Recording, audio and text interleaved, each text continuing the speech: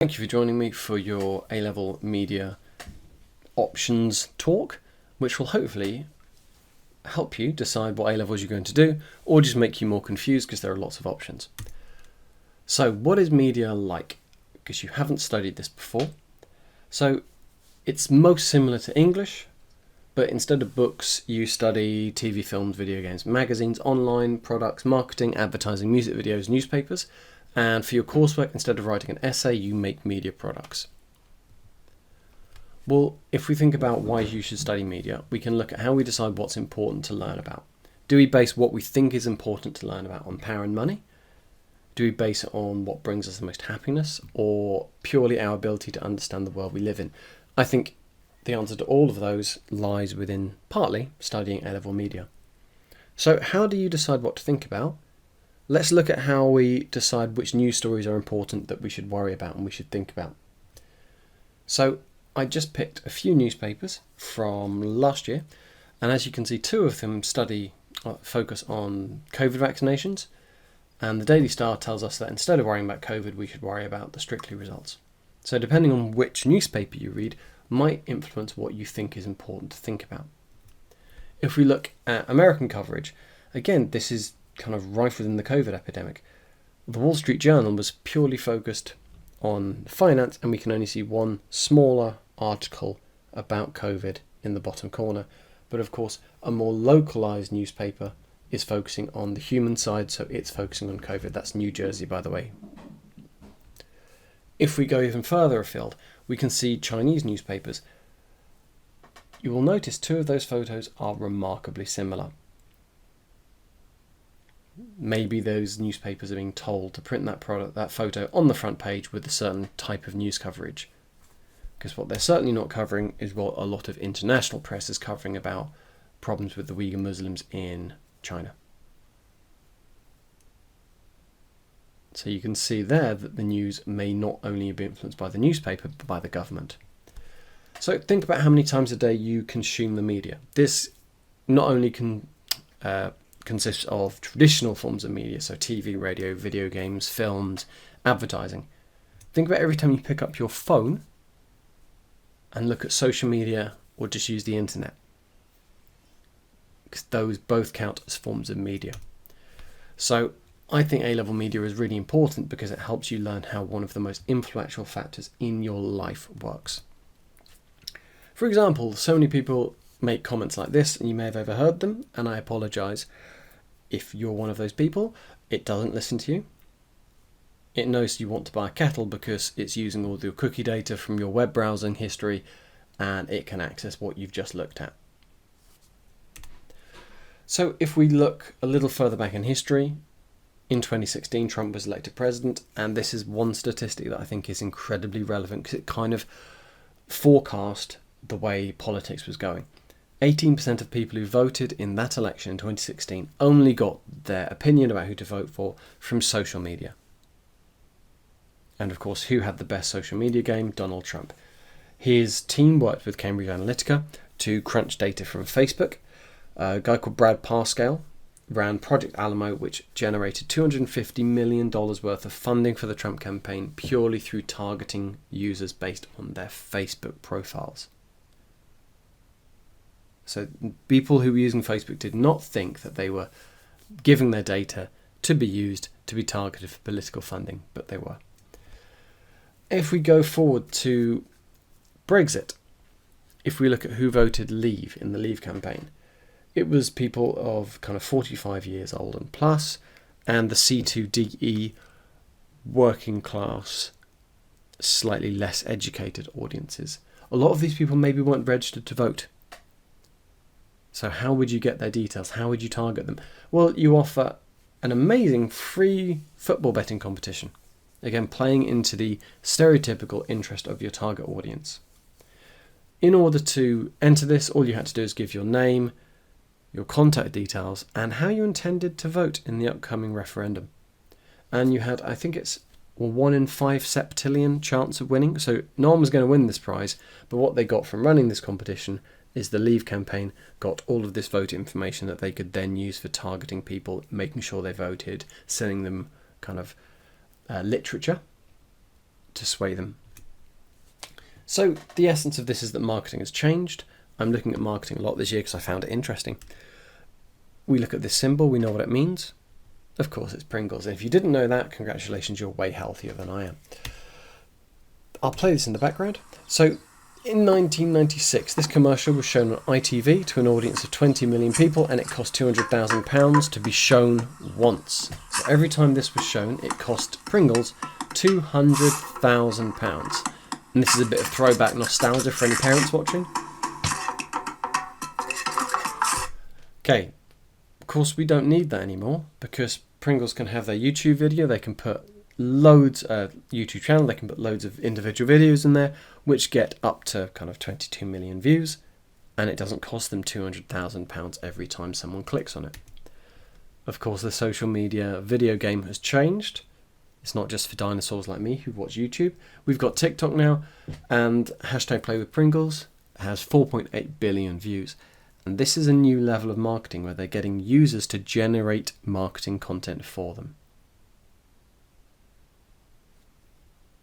And it's got a much bigger reach than a £200,000 a time TV advert. So A-level media is a modern and relevant subject.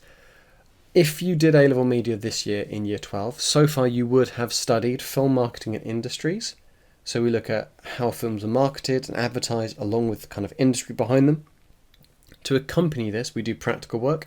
So you learn how to edit images, use Photoshop, and I think we've actually made 2 film posters this year because year 12 enjoyed it. We then move on to studying video games. We look at video games for industries and audiences.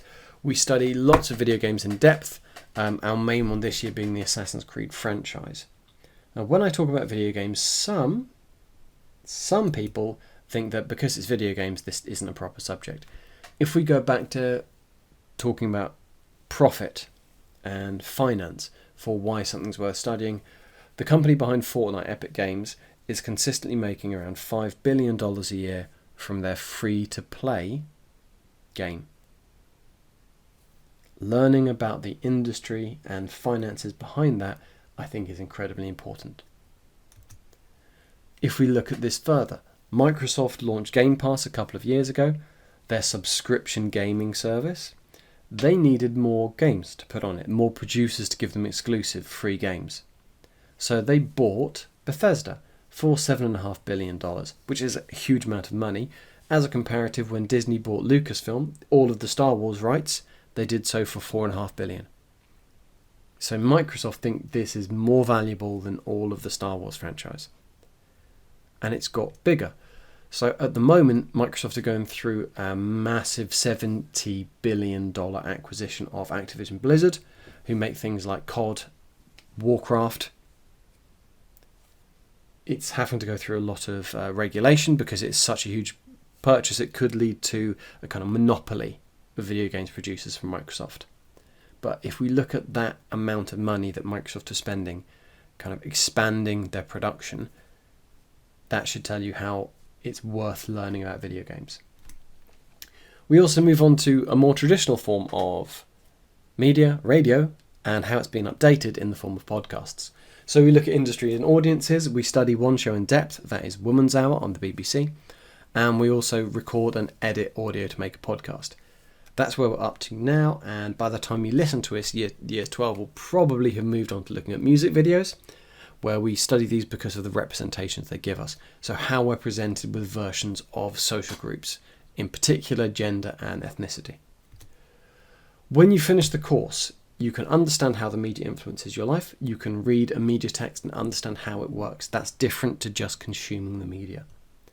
You can critically explore representations that you see in the media, and you learn how various media industries work in terms of how they make money from you. And most importantly, you're an aware and critical audience. You can also do all the practical skills. We use a variety of cameras. We use post-production software, so we edit images, audio, video. You create a website and you edit images for web and print. How do we do it? Well, we study every form of media there is. We learn theories that help us to explore these forms of media in more depth. And we do practical work all the way through. So 70% of your assessment is based on exams. These are both industry, audience, and on specific texts. You also study a variety of texts in detail. Here are a bunch, I think this is all of our texts. And what I love about media is they don't leave the same text on the syllabus for 10 years. Even 3 years, they change them up every couple of years. So this year we've got Black Mirror, we've got the Assassin's Creed franchise, and we've got the Paralympic advert and new online products. All of those are new, they're far more current than the previous ones. 30% of your assessment is based on coursework, and you choose what to make out of the 4 options on the screen. You choose whether to make a TV product, a music video, a magazine, or some film marketing work. Here are some examples of some of the coursework. We have 2 from a film marketing campaign. This is a website that was made to accompany a music video. This was some marketing to accompany a TV show. Again, marketing for a TV product. That's very good. Again, marketing to accompany a TV product. 2 magazine covers and 2 more magazine covers. So that's a taste of the level we're looking at. All of those products I've just shown you now are very close or full marks. They're all exemplary products and they're only from the last couple of years. When you do media, you get access to the Adobe software suite. So Premiere for video editing, Photoshop for picture editing and photograph editing and layouts, composition. And also we use Audition to make podcasts. So you get access to all this amazing software as well for the duration of the course. Our results. In 2019, we did amazingly. We got an ALPS grade of 2. And what ALPS grades mean is that compared to other students who got similar GCSE grades, did you do better out of, say, 100? Did you do in the top 90 to 100? Yes. That's what an ALPS grade 2 means. So in 2020, we got another ALPS grade of 2. And you can see that 80% A star to B. That is a very, very high percentage of students getting A star to B rates. In 2021, 100% A star to B. ALPS grade of 1 for the first time in media's history. And then in 2022, when our students all actually sat exams for the first time in several years, we got an incredible set of results. So 61% A star to A, 94% A star to B, and 100% A star to C. Again, a very high ALPS grade of 2. That shows you that the teachers who teach media have an incredible track record and we really know what we're doing and know how to support our students. Well, what careers can you get to doing media? We have people who've gone into all these areas, but I also think it's useful for anyone who doesn't know what they want to do because it gives you useful skills. I have a few students here, just to mention, purely local, just good examples. We have a student who came back from uni during COVID but got a job filming The Real Housewives because he was able to go on set and start filming straight away. We have another student who is now in the UK working but was working at Channel 103 in the radio industry for a while. And we also have a girl who wanted to take a gap year, got a job in a finance company. When they realised what she could do purely based on A-level media skills, she got a job in their marketing department instead. Creative industries are the fastest growing in the UK economy, 4 times the rate of the UK workforce as a whole, and you can't automate creativity.